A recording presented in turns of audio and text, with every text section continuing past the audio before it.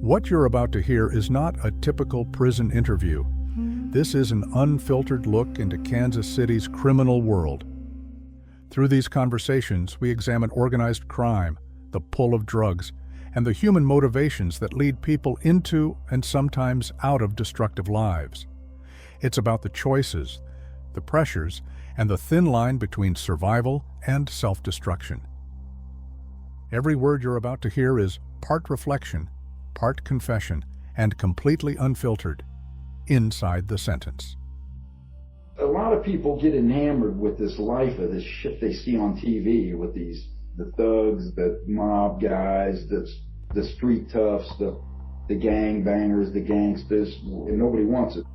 What would you consider like the biggest differences between living that life in Kansas City versus what people saw in the movies or on TV shows? When I was younger, I guess I fell off into the hype of Hollywood, but now I'm a little older looking back on it. Times were never that tough and they were never that good. Not with the Kansas City guys and the Kansas City operation.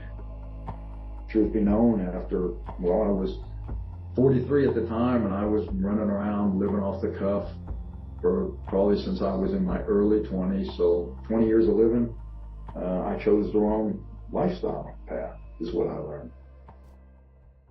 In 2022, Vince pleaded no contest to second-degree murder in the 2018 killing of David Paterno in Johnson County and was sentenced to more than 21 years in prison. Court records indicate the homicide involved a machete. So I'm here today with Vince Lucasta, who is a resident of the Kansas State Penitentiary. And like, where are you located right now, Vince? Hutchinson Correctional Facility. It's a little bit somewhere. It's actually about the middle of the state, as best I can tell. I haven't been through here before for any length of time, but yeah, it's kind of halfway point between. It's almost like dead center in the state, near Wichita and near Salina, but it's leaning more towards, I think, a little bit towards the west. But yeah, Hutchinson Correctional Facility at the East Unit, which is their medium facility. There's 3 facilities on the compound. There's the maximum facility, which is the walls and the old place from the 1800s that you hear all the bad things about.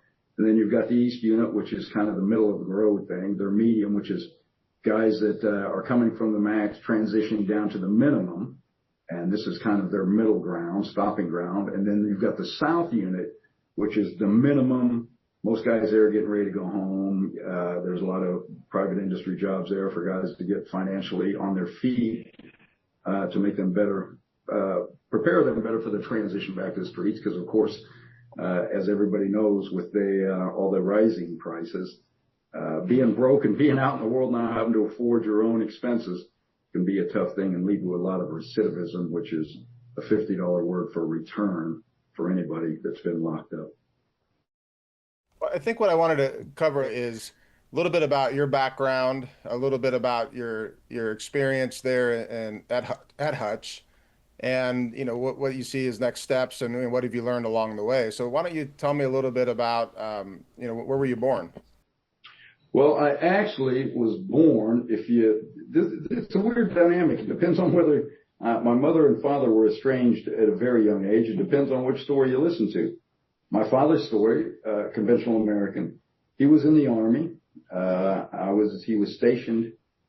In those days, there was a war in Vietnam going on. This would have been the late 60s. And to get out of the draft and be enforced into frontline service, you could voluntarily sign up, I guess, and get placed at a place of your request. So he went to Italy, because he's got some relatives there. And so he went to Italy, met my mother, southern Italy. And then I don't know where they met. I never got that deep into the background, how they got along. But at some point, he got assigned to the PX, or the commissary there. And stories vary from him, but apparently he got himself in a little bit of a scrape, selling things out of the back, reduced rate to the locals. The American military found out about it and said, okay, check this out, guy. We're going to not DOD you, which is dishonorable discharge. And to do that, then what we're going to do is we're going to send you stateside, get you out of here, and then you just go back there and retire voluntarily or withdraw from the military, however the process is. So my mother, being very loyal, Southern Italian gal, I guess, did not want to come to the States. I guess in those days, there were some people left in the world that didn't think all streets were paved with gold over here and it was the land of opportunity. So she wanted to stay. And he, of course, being American, wanted to come back. And so while both of their stories, are the same on this. While she was at the market one day, he, was babysitting, and somewhere in the process, he arranged to have his buddies put him and me, at the age of 1.5, I think he said 1.5, 2, put both of us on a military transport, and out of the country we went. So came back here, filtered around to a couple different states. I've heard everything from Utah, to another one I can't remember, but ended up in a, Kansas City area. And then from there, we kind of settled in. My mother, I didn't hear anything from her until I was about 14. Now, I don't know where. When I did hear back from her, I flew out to Maryland after I graduated high school and lived with her for a while. And now her story is dynamically different, although a lot of the points stay the same. But her story is that the gentleman who raised me over here and stuff is not my true father. And my true father did snatch me up away from her. But when he got over here, for fear of her looking me up and any type of repercussions therein, adopted me out to the guy who raised me, who is the Speakman. And then they, from there, it just evolved how it did. But there's the upbringing. Long story short, he did raise me, and they got at the age of 14, got myself. There's only so many ways for a kid in the Midwest to earn a buck, when you're not old enough to get a job. So I started clipping guys for car stereos and reselling them in high school when I was 16, 17. Next thing you know, one thing led to another. I get myself 6 counts of selling and possessing of stolen merchandise, and then ended up in a little beef with a neighbor kid. I guess the kid says I stabbed him. I don't know. I can't remember how it went down. I think he had the knife first. We got in a fight.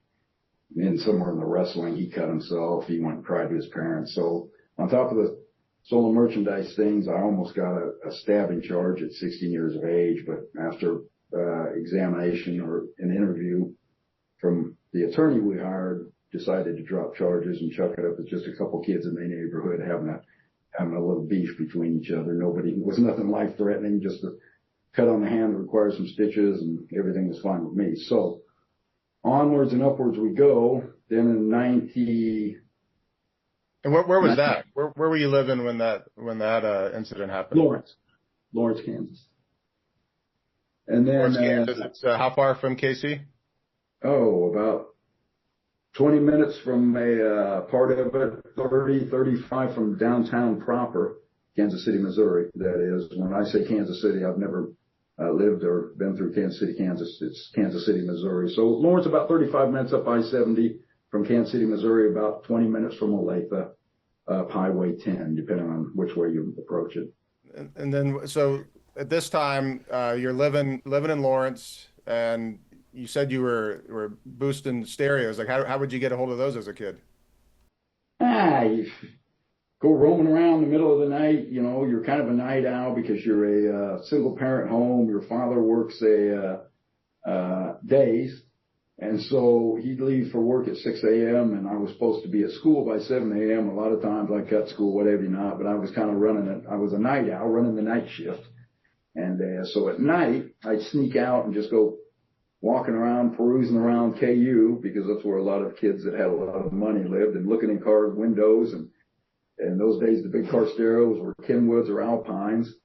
And if they had a Kenwood or an Alpine, you'd use a little center punch, which is a welding device to mark, I guess, out some sort of welding angles or whatever not, something. But I know it's a little thing, and it's meant for making an indentation in metals, but if used improperly, it'll also shatter a side window, a wing window or a back side window, with no noise at all.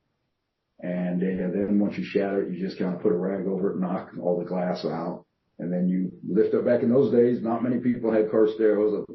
This was what it would have been, 86, 87.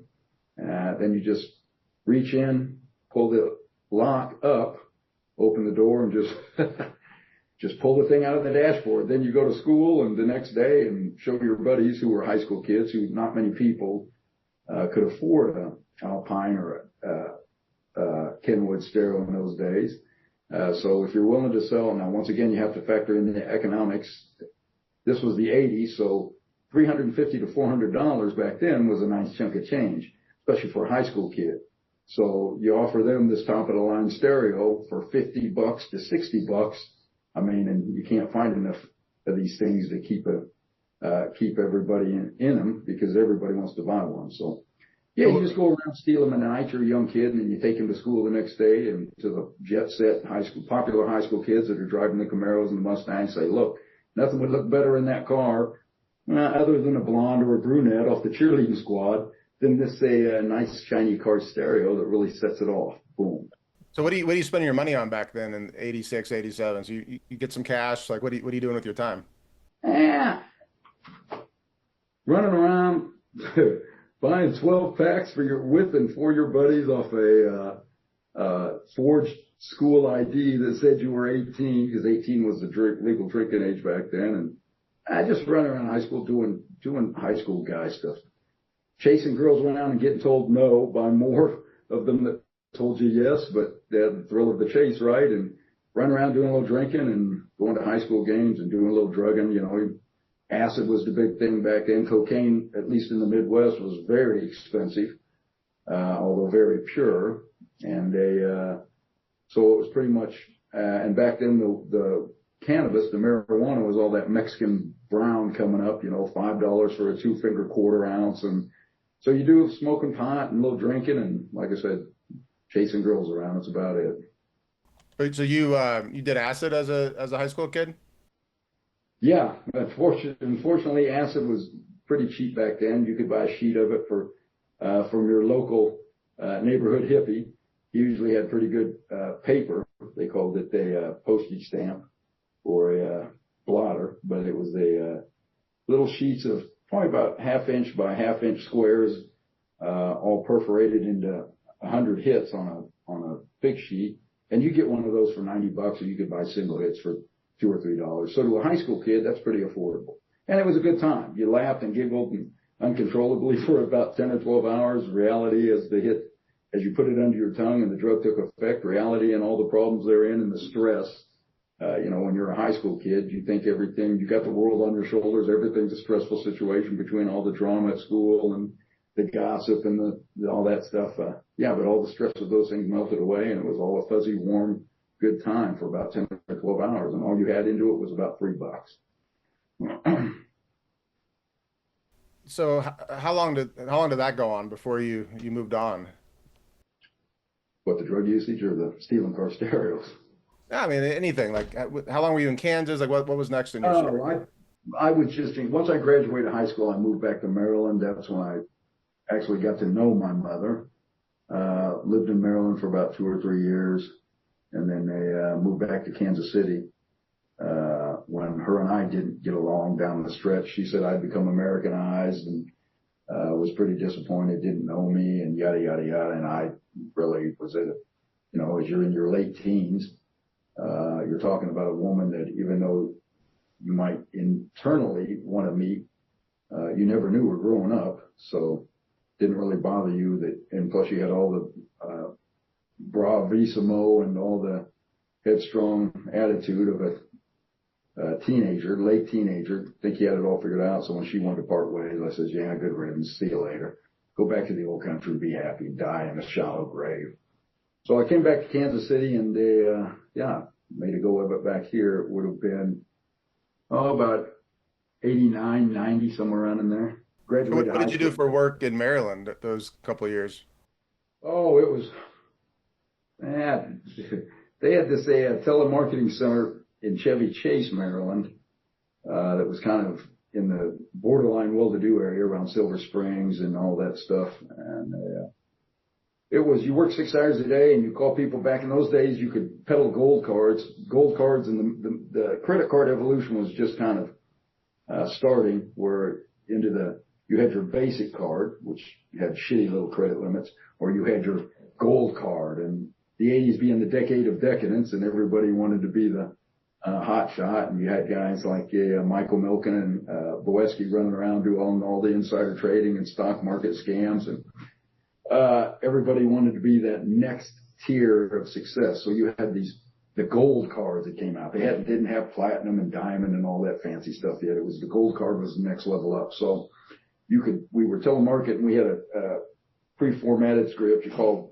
people. They were buying lists from list brokers, lists of people that according to income, job, whatever. I don't know how they sourced their list, but you buy the list from them. It came with the people's phone number and address. You call people and say, yeah, Mike Arnold. Hi, I'm Vince Lucasta from Chevy Chase Federal Savings and Loan. How you doing today? Great. What do you need?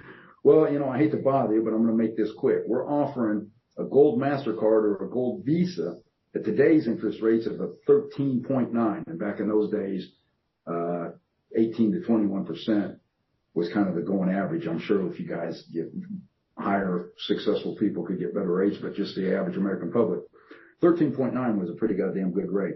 And to hook you up, Mike, in one of these phones, I just need 2 minutes of your time. We've already, as you see, we've got your address and your phone number. Hope you won't be too upset about that. And once again, sorry about interrupting you over dinner, but if you can bear with me for 30 more minutes and you didn't even give them a chance to send out, you just rolled it.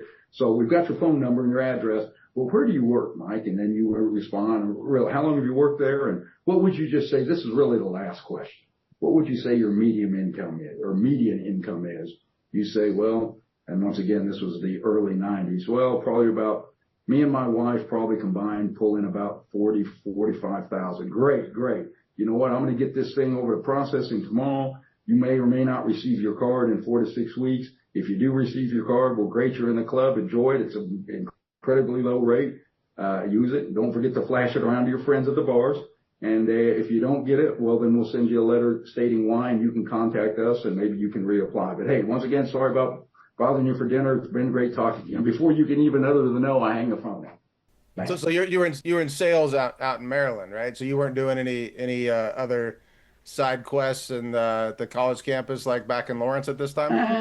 No. Back in Lawrence at KU, I was busy sniffing coke and chasing skirts. But when I lived in Laurel, which was right next to College Park, and that's where the University of Maryland was. And in those days, it was, I'd say, 30%, which for a student body is high for just one group. I'd say 30 to 40% was a back east Jew. And those guys had money to throw around. So I did a little sports book back then for this guy out of Baltimore, who's probably still around, so I won't get into his name. But yeah, I booked a little sports bets and stuff like that on campus, but that was about the extent of it. I was pretty legit back in those days. I had big aspirations of being the next, like I said, the next Ivan Boesky or the next Michael Milken. The insider trading thing and all that stuff was kind of where I wanted to be the next big investment banker. I didn't have any type of counseling or any type of direction from anybody involved in it. So I didn't know that actually being an investment banker took about 8 to 10 years of school and somebody to bring you up in one of the big investment firms. So I settled out working for some company back there.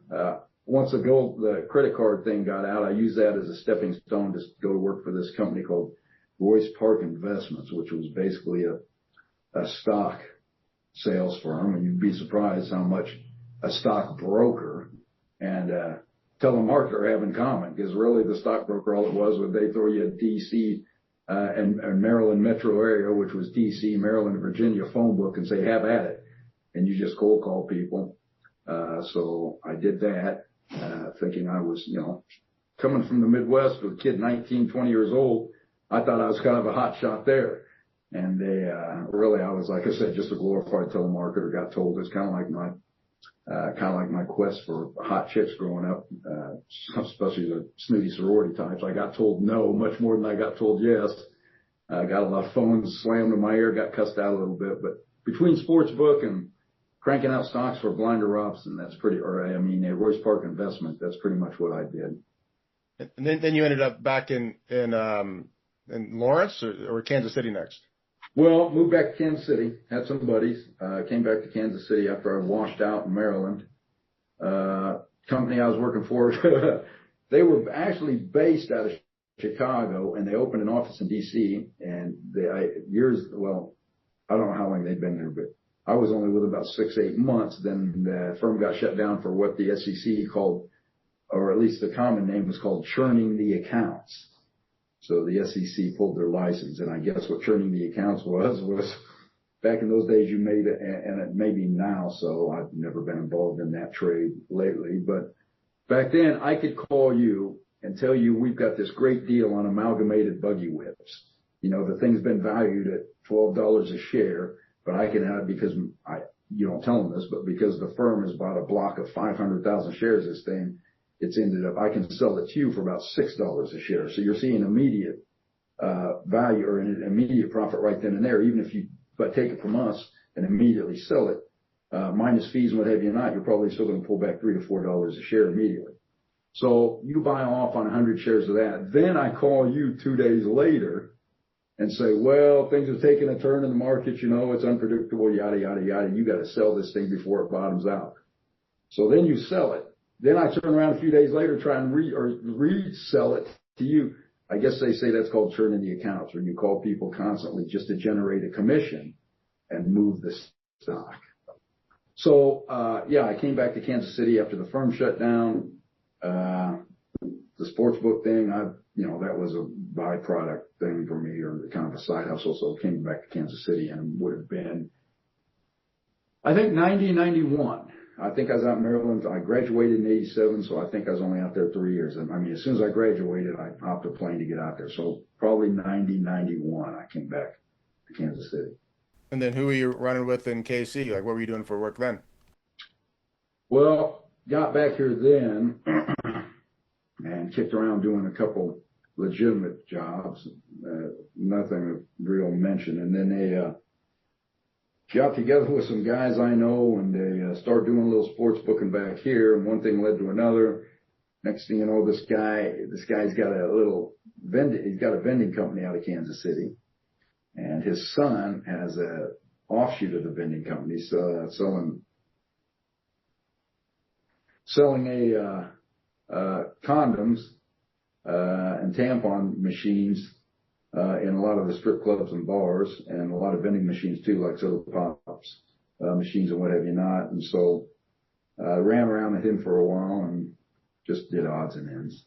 Got deeper and deeper into that operation and got to meeting a few of the guys that he knew and guys that they knew, and did a lot more running around. And then they in 90, would have been about 98, 99, I caught got in a little scrape with the law there, caught a ag assault and ag robbery charge, and went and did a little stint in the Missouri Department of Corrections. So tell me about that. So you're running around with this group. What are you doing for jobs? What are you doing for money when you're running around with these guys? Was it just a sports book? Anything you can. I mean, if you're in with the right guys around town, attorneys aren't the only ones that get licensed to steal. A little bit of a joke there towards your profession, but hopefully you won't take it too personal. So, run around doing everything from changing out serial number to, we go into places and say, hey, we're here to stock the machines, the vending machines, and come to find out, well, it's actually not working. We're going to have to pull the machine and take it back to the shop and rework it, do a little repair, but we'll get you a new machine tomorrow, I guarantee you. So we yank the machine right out from under the people, the gyms or the sandwich shops or whatever that had the machines. Of course, you had to find a place like out in Johnson County or something where they didn't know you by face. And because the problem is, some of these guys that I ran with, they knew them by face.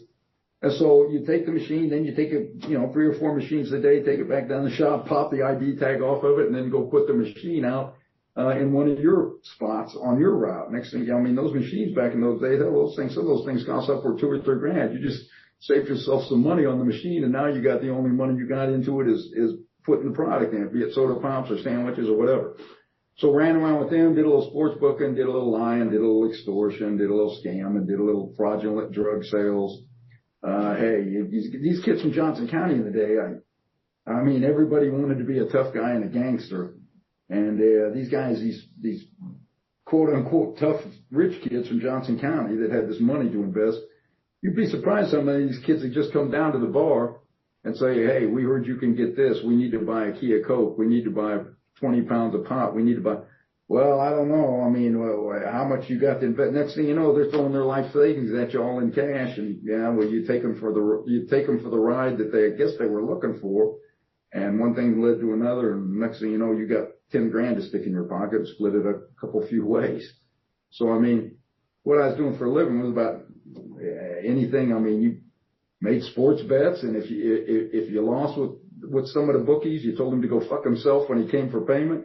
And if you won with some of the bookies, you showed up 2 or 3 deep on his doorstep talking about, hey, don't you owe us a couple hundred? I mean, it just, whatever you got to do to turn a buck.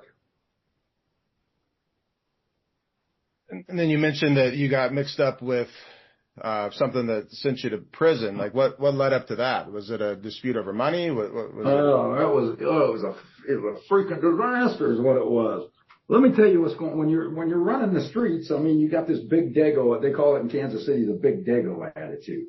So you think you're the top wop around town and you're some sort of hot shot because the guys you're running with. Although I was always on the outside looking in. You know, I was a very small fish in a medium-sized pond because Kansas City's never really been on the map for a whole lot of anything since the La Tropicana scam. But and that was way before my time. Was that the one that was in casino? Yeah, some of the guys that was that whole casino skim that the guys in Kansas City, Chicago, and Detroit were working out through that Jew on the book and tip that they modeled that movie Casino after. So I think those guys are all said and done now. I think a buddy of mine's father, who just passed last year, I think was the last one of that crew still alive, because that was the Savellas and some of the other guys around town. But I got in a scrape with a guy, because so when you think like I said, when you think you're the big shot around town, you run around trying to date the hottest chicks who were kind of screwed up too. Despite what the older guys around town would tell you about how, you know, it's a zero tolerance about drugs, keep your nose out of that fucking powder, and I better not hear about you sniffing lines in the bathroom at this bar and that bar again, and the stripper running around, which she's bad news. Yeah, as soon as you got done taking an ass chewing, you dip in the bathroom, you blow a couple lines of Coke. So daily usage of large amounts of Coke and free bar tabs at every bar around town, because guys think you're some hot shot. You know, you walk in, run up a $150, $200 tab. You tell the guys at the end of it, well, I'll be back tomorrow on payment. They don't say much because, you know, you're usually running 2 or 3 deep. Nobody wants to take a beating in front of their employees, especially when they're diddling half the waitresses themselves. They don't want their manhood tested. So you leave, and next thing you know, you never come back, pay the tab, and then one of your buddies calls you the next day, say, hey, the older guys are bitching because you owe $500 to so-and-so down at his bar. You keep stiffing him on this tab, and I guess they got an interest in it somehow, and you got to hear all that bullshit. So, you know, you tell them what you want to hear, and at the end of the day, you hang up and fuck, I ain't paying. So instead of you tell the guy you're going to go down and pay his tab, you take a buddy of yours with you. Next thing you know, you give a guy a shot in the mouth, and you tell him you're drinking for free from here on out, and so is he. You never have to worry about a tab again. But where that what leads to is you're drinking a lot of booze for free. You're blowing a lot of primo powder, which back in the days when Pablo Escobar and all that was still around, you could still get good flake. Next thing you know, your head's all screwed up and twisted up. So where my case ended up is I got this girl. She's not classy enough to be a Playmate model, but she's sexy enough to definitely be in Penthouse. And looking back on it, she wasn't a bad girl. Maybe it was all me. I don't know. But a lot of people get enamored with this life of this shit they see on TV with the thugs, the mob guys, the street toughs, the gang bangers, the gangsters, the cartel guys. But no, it all looks good on a TV screen. But trust me, then when the chicks get involved in it and they start seeing the long nights out, the cheating, the disrespect, the whole lifestyle that goes with it, yeah, and nobody wants it. So I was seeing this girl. She starts stepping out on me with this guy that owes some people downtown money. I didn't even know she was jacking around with the guy till her friend tells me that, hey, this girl you're seeing, this birthday party she's going to tomorrow ain't a birthday party. She's running around with so-and-so and this guy, and I know you don't like this guy. So long story short, I park outside her apartment on a Saturday and just wait patiently. But now this is the problem. I've been up all night ripping it up pretty tough. I'm tuned up to the gills. And so I come home. I think this would have been 98. This would have been 98, I think. And they, like I said, I've been revved up all night. I come home at about 6:37. I got my own place down there, 8th and Broadway, next to the Folgers factory. Real nice loft. So I get this call as I'm walking through the door. And this guy I know is trying to work this loan out with this bar owner down in Westport. And this guy's a freaking degenerate gambler. And I think he's been banging some of the girls down at the strip club who this guy I know owns. So all I know is they're like, look, this guy's trying to borrow 20 grand. And this is the interest rate we got to make him pay if he wants the money. We'll give him the money, or we'll just make some calls and squash the debt, which is the same thing as giving him the money. And then he's on the hook for the 20 large plus this amount of VIG every week going through. And VIG is your weekly payment. So I says, okay. He says, and since you go down and operate out of this guy's bar, he goes, the guy I get the call from is like, me and my father figure there's nobody best suited to have this talk than you. And I was like, okay. I was like, I've been up all night. I says, can I do this later? He says, no, my father wants it done now. And you know what a pain in the ass he can be if you don't do it exactly when he wants. I was like, all right. So to kind of level things out, I uncork a bottle of whiskey. I pound about half a liter, and then I don't have a lot of experience with them. Now I know that Xanax mixed with alcohol causes blackout periods. You know, when you're 29 and think you're the top wop in town, you don't know these things. So on top of the alcohol and the Coke, I pop about 3 Xanny bars, about 3 5 millimeter Xannies. So I go downtown. Now here it is, 9 o'clock in the morning. I'm going back to Westport. And I'm like, this ain't going to go good. And so I go down and talk to this guy, this bar owner, who's also been up all night, and now it's 9 in the morning. We get in an argument. I says, okay, I don't give a shit. I'm just down here telling you this is how it's got to be if you want it to be how you want it to be. And that's it. And that's that, or you can go somewhere else. I said, me personally, I could give 2 shits, man. I says, I come down here and I drink and I bang a couple of the broads and me and you get along fine, but I don't care how this plays out. I leave. I get that phone call on the way up north or back downtown because I'm going from Westport back to 8th and Broadway, which is about, with traffic on a Saturday, that's about what should be a 15-minute drive can turn into a 45. So I'm a wreck. I'm headed back to the apartment. I get this call from this gal who tells me that my girl is jacking around with this guy instead of going to a birthday party. And on top of that, I got this thing going with this Ford dealership who's still there, and actually a pretty big operation now, so I won't get into names, but it's right off Berry Road. I got this whole other thing going with them because one of their guys is set up as, what the hell is it? Car Credit Incorporated or some bullshit thing, but he's starting this little operation of his own, and what he's doing is financing people, putting people in nice name brand used cars so they don't have to go to a buy or pay for your lot. He's running them through the dealership under a sub company of his called Car Credit. I can't remember. So, and the owner of that, ex-owner of that, who's still around, who may or may not consider me a friend anymore, I don't know.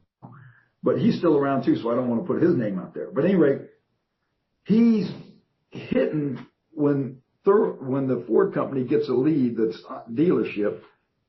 the ones that they feel uncomfortable about, he's siphoning off for his personal use to his little sub company, and for a fee of like, I think it was 3% of the purchase price through fraudulently generating records, he's going to put these people in these cars that they couldn't get to the dealership, but it's going to cost you 3 points of the total nut of the vehicle. And so somewhere in this thing, I loan him $1,000, which is not that much money, but the problem is he's having problems coming up with a VIG. And somewhere in this, I'm driving this auto dealership's rental car, and everything's going good through this dealership, but down in Lawrence, I have this beef with this guy. I take this guy tries to run off. This is over the weekend. This guy tries to run off from me. I have to jump a couple curbs in this rental car, this dealership's rental car. I bust the strut out. Bam. So now I got to take this car back to the dealership. I says, look, this is the thing. The strut's busted. You got a little front end damage. This is what the shop, the garage, or the repair center at this dealership off Berry Road tells me. He says, okay, we got strut damage. This. I was like, okay, so there's your vehicle. Put me in another vehicle. And they said, whoa, no can do, Majambo. We need $2,500 from you. I said, so you want me to pay to repair your automobile that you guys own? I says, I don't know about that. So I said, let me talk to the manager, the rental manager. So she calls me in the office. I says, okay, check this out, chickadee. This is where this plays out. I says, I know and you know this car is under warranty. And even if it ain't, because it's a brand new Ford Taurus, and this was, like I said, about 98, I said, even if it's not, you're going to stroke it off somehow through your repair center here internally, and you're going to pass it on down the lines to the Ford company or whatever, and they're going to pay for it. I said, so what you're trying to do is you're going to pad the repairable, probably tell them it's more jacked up than it is. You're going to get them for about $5,000, and you think you're going to get me for $2,500. I says, two things ain't going to happen. I says, you're not going to get it from them and get it from me. So I says, this is what I'm going to do. I says, here's your keys. I says, you can stick this thing in your ass. I says, and if you play hardball with it, I says, I'll tell you what I'll do. I says, I keep the keys. I leave here and you come get your vehicle about a mile down the road with a gallon of gas and a match in it. I says, then you can turn the thing in under arson. So I walk out. Somewhere in the walking out, a gun falls out of my sweatband pants down the leg. It's Saturday morning at 9:30 in the morning, which in an automobile dealership in the spring, you know, hey, it's Saturday morning. Let's wife and kids, let's go car shopping, let's go grocery shopping, whatever. There's a fair amount of people in there. I don't know. I guess anybody in the dealership up in North Kansas City in those days never seen a guy with a gun before. And so it drops on the showroom floor. Everybody parts like Moses parting the Red Seas. Everybody panics. I pick the gun up. I'm no harm, no foul. Yeah, whatever. Walk and yeah, on down the road I go with the rental car. Because like I said, I didn't leave her with the keys since she wanted to be a nasty old hag about it.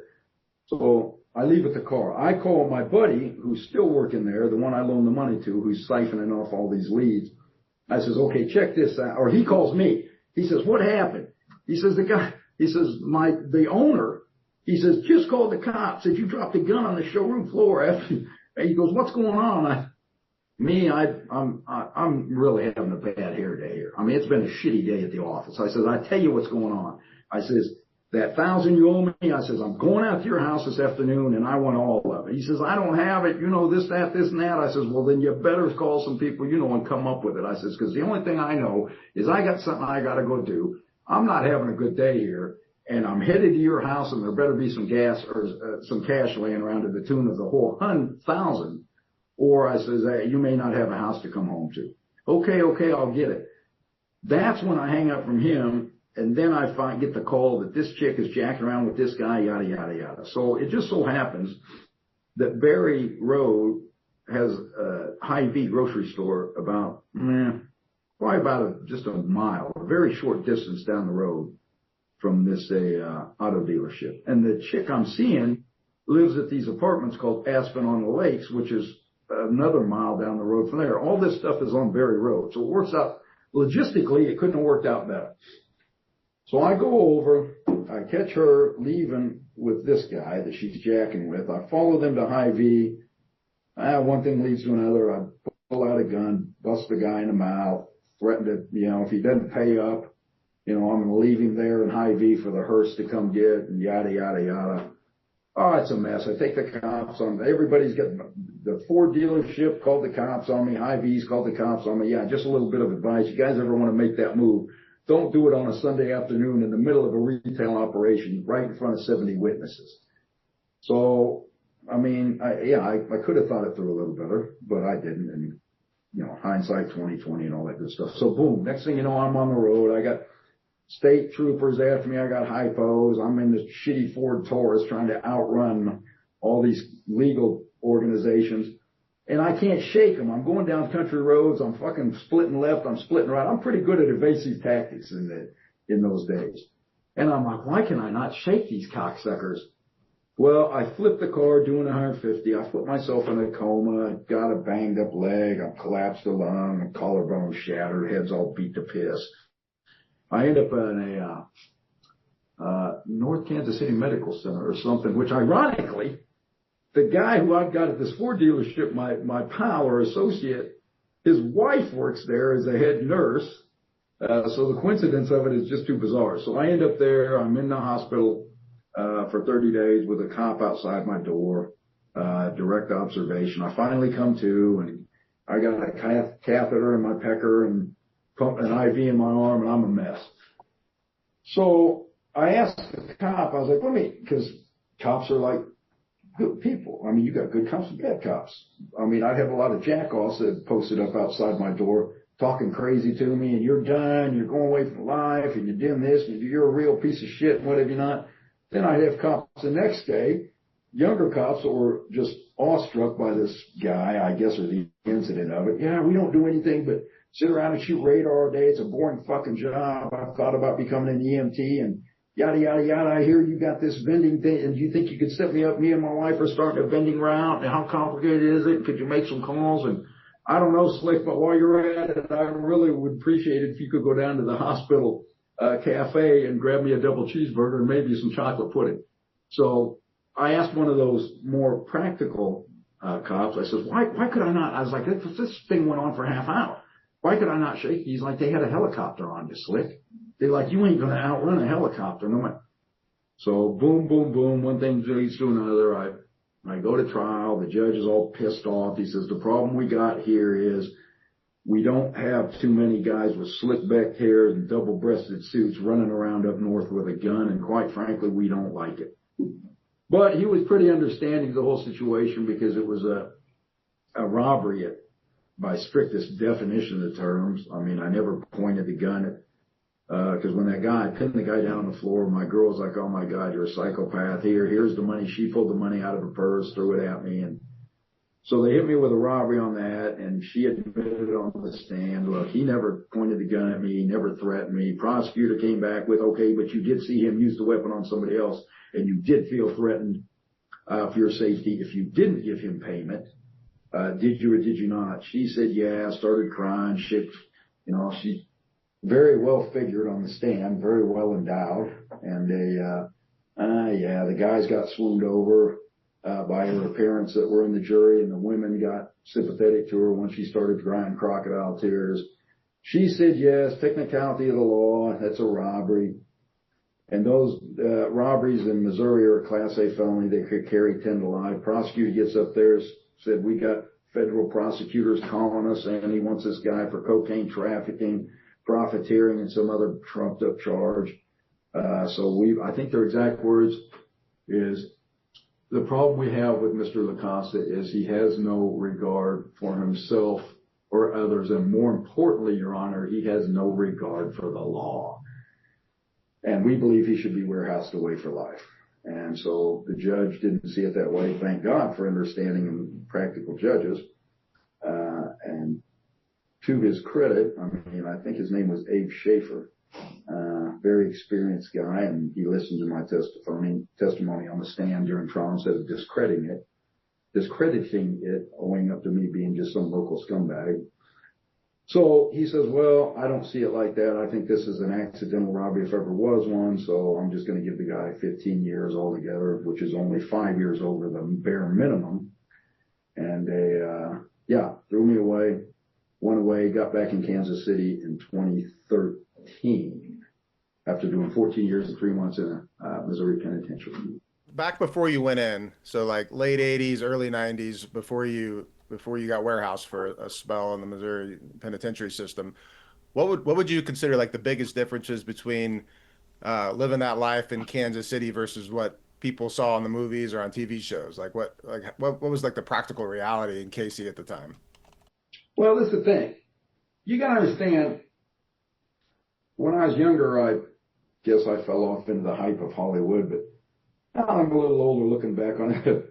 Times were never that tough and they were never that good. Not with the Kansas City guys and the Kansas City operation. This is the thing you got to know. I was always on the outside looking in, because when I was growing up in Lawrence, I had a buddy of mine by the name of Chad Ward, and Chad and I ended up having a falling out because I fucked that whole thing off. But Chad was a class act man and pretty short kid, and I mentioned his name because there's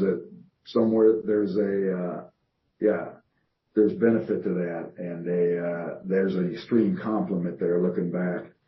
But Chad had a very matter of fact but humorous way of putting things, and I ran around kind of with the jocks and the popular kids back in high school because I was always the guy that had a little weed connection or could get them booze with my fraudulent ID saying I was 18 when I was only 16. So they thought I was a pretty cool kid. And so all our buddies branched off and did things the right way and enrolled in KU because in-state tuition back then was pretty cheap. And most of them pledged a fraternity. And Chad had a buddy one time, and Chad pledged. I can't remember what he was, but I know one of our good friends became a Delta Chi. A couple girls I know went Delta.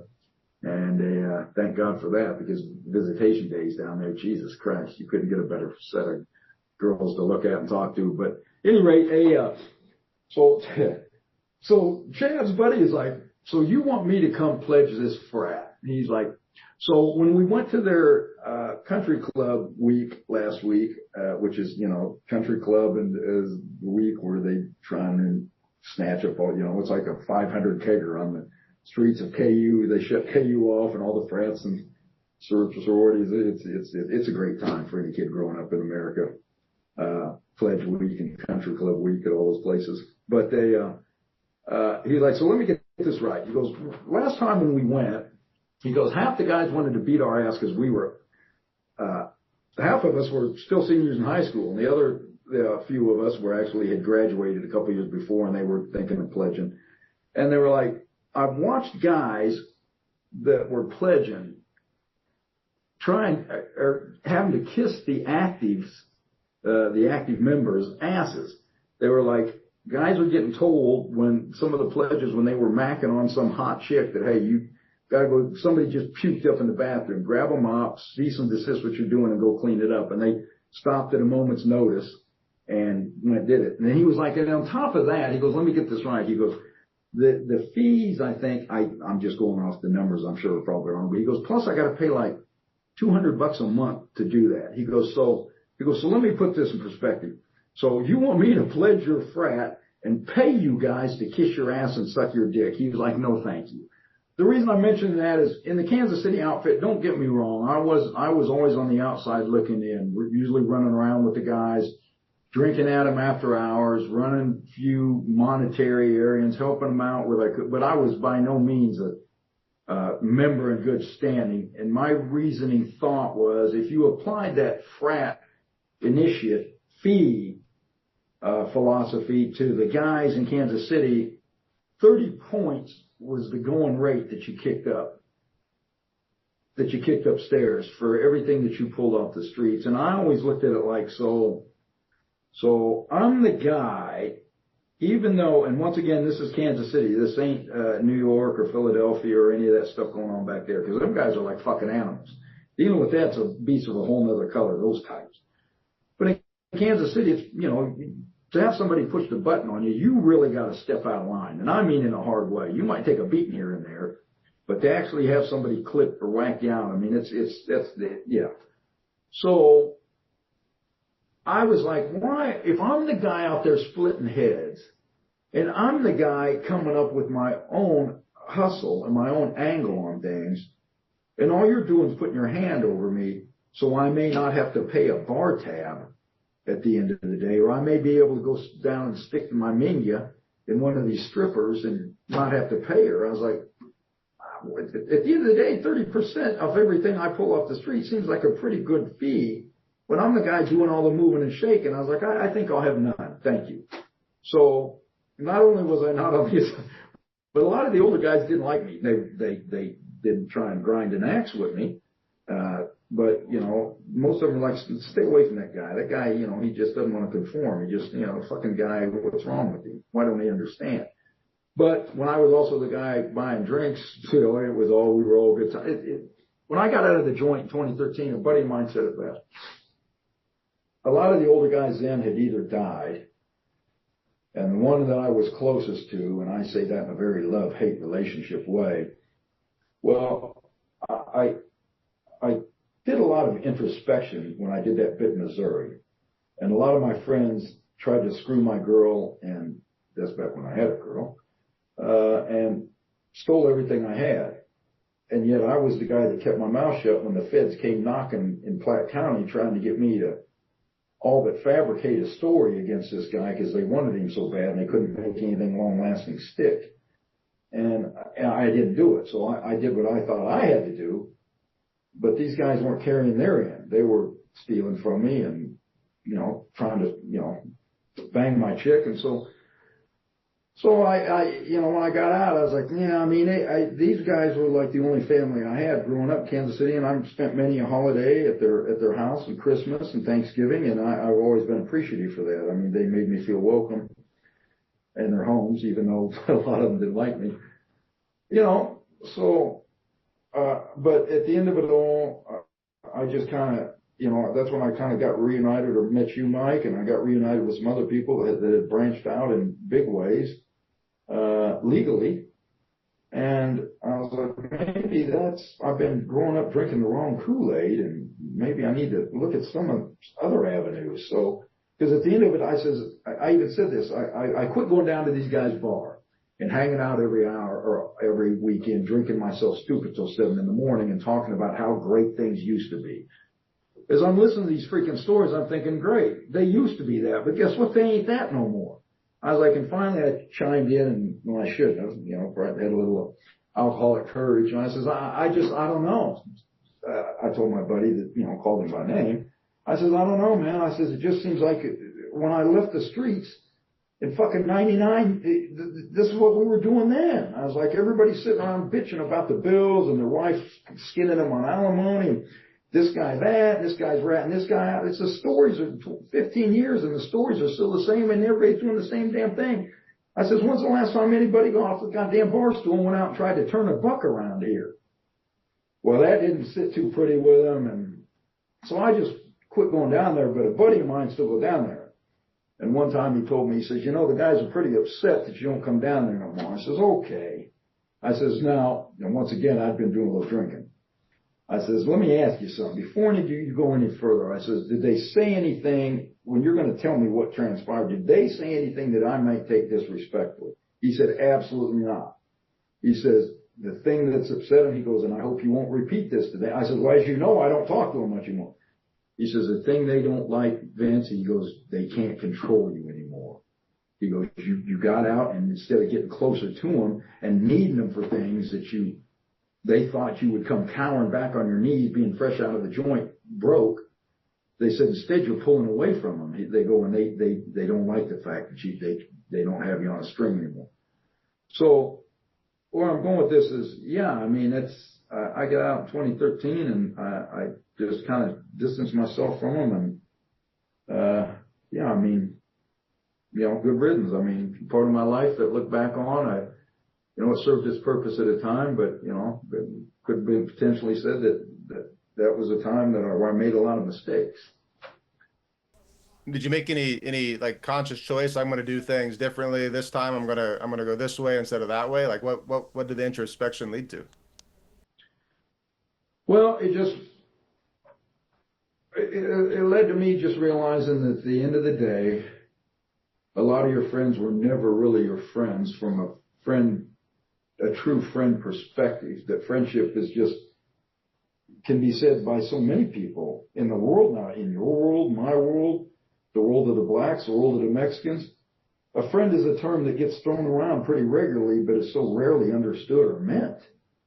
And I see it in here all the time. These poor kids, some of these kids in here growing up, you can tell they've never even in their life had a true friend. They think just because the guy's giving them free dope or hanging out, eating Doritos with them or something like that, they think that makes them a friend, and that isn't. So, I mean, what I learned was collectively together, even it doesn't matter your standard of living in life or the tier of living you experience. Whether you're a billionaire or a thousandaire, which me and my friends used to say growing up, that guy's a millionaire. I'm not there yet. I'm a thousandaire. So go lightly on me talking to the strippers or whatever. I can't flip you the hundreds, but here's a 20 spot. So that was kind of a running joke. Yeah, I'm not a millionaire, babe. I'm a thousandaire.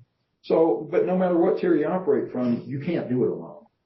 Nobody sits. I don't care if you're Warren Buffett or you're, whoever you are. Nobody sits in a room and does things by themselves and accomplishes anything. I don't care if you have to rely on your assistant, a guy at the other end of the phone, a guy that's at the other end of the computer terminal. Nobody does anything by themselves. At some point in time, you have to find people that truly have the same agenda you do or your same interests at heart and have your back if the chips ever fall.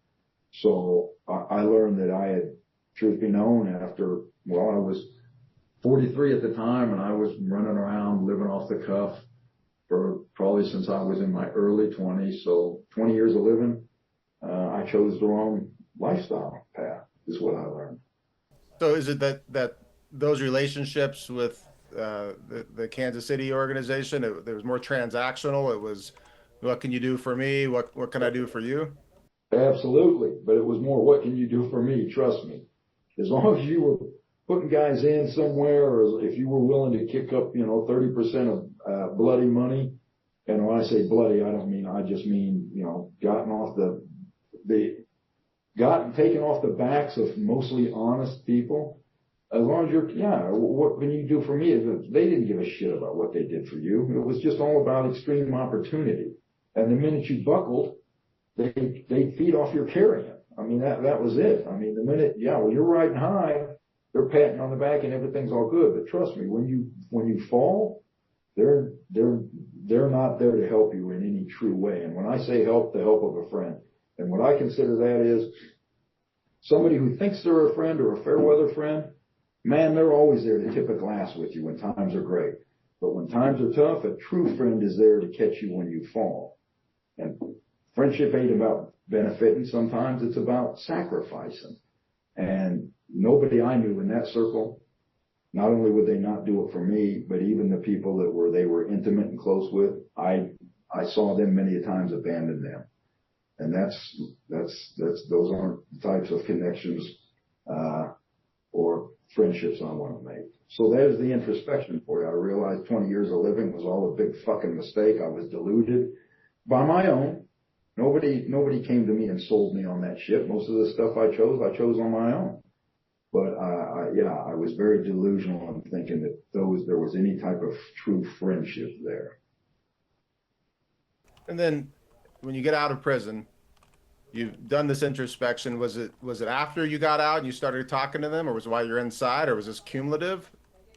It was a little both. It was primarily inside. I started questioning it. I was like, whoa, because I'm hearing stories, because one of them's daughter, because needless to say, a lot of them couldn't come visit me because they would never pass the visiting screening for approval, which you had to do to come visit somebody in prison. But they sent their daughters and one of their son-in-laws up to see me, and I kept hearing these freaking stories. And finally I told them, I says, you know what pisses me off, man? I says, I keep hearing about what a psychopath I am and what a son of a bitch I am and how I'm nuts, and when in Italian it's called pazzo. I was like, how I'm pazzo and you know, I'm a psychopath and this guy's this and this guy. I was like, but at the end of the day, you might want to remind them I'm the guy also that was staring down the barrel of a 25-year bit when the feds came and offered me a lifeline, that I kept my mouth shut, you know. And the response I got, instead of a little bit of esteem or respect in today's day and age where people are ratting out their own family members, the response I got when they came back to visit me again was, you did what you were supposed to do. And that right there cut through the quick and made it very apparent to me that, yes, so I'm supposed to do what I'm supposed to do, and you can do whatever you want to do. And that right there made it all plain and clear. So when I got out, like I said, Mike, the truth of the matter is, it'd be kind of like you, arguing with Carrie or arguing with your mom and dad. Okay, so we don't see eye to eye on this. We're never going to, but you guys are still family, and so I'm at least going to show you the respect and kindness of still coming around on the holidays and yada, yada. So I did that. When I got out, like I said, I went down and talked to these guys because growing up, they were really the only friends and family I had. But when I saw them doing the same old things and their mentality hadn't changed, I just realized that, okay, these guys haven't gotten any better with the wisdom that comes with age. So why am I going to sign on board? And I'm watching all these guys still doing the neighborhood hustles. And they're not really, yeah, okay, so now instead of working at this bullshit bar, now you own the bullshit bar, but you're still in this bullshit bar. Whereas everybody else around me, thanks to the age of the internet technology, whatever the reason being, guys are moving on and leaps and bounds, and guys are making changes around here. And all you guys are doing is still sitting in these bars that now you moved up a notch and pissing and moaning about the same old things you were pissing and moaning. So that's when I pulled out. It's like, okay, nothing's changed. Nothing's going to change. And I'm not going to take another caller for these guys, go trick off about 20 years of my life, and then have these son of a bitches steal everything I got. And that way, when I come out when I'm 85, I can have nothing. And, you know, so it all kind of came to the light. The introspection came when I was doing the 15 years. But the trigger that snapped my head back, that made me pull out entirely, is when I got out and saw that nothing had really changed, other than everybody had a few more gray hairs and the geography might have changed as far as where they operated out of or where they lived. Or, I mean, they're not in the hoods anymore. And when I say the hood, I'm saying Old Northeast back around Sunrise and the Italian neighborhood. Now they've moved up north. But at the end of the day, I mean, they've just traded in one house for another. Then nothing had changed with these people. All right. So then, kind of fast forward me to how things were different in terms of relationships or how you treated relationships. And then you ended up in the Kansas justice system. Well, I just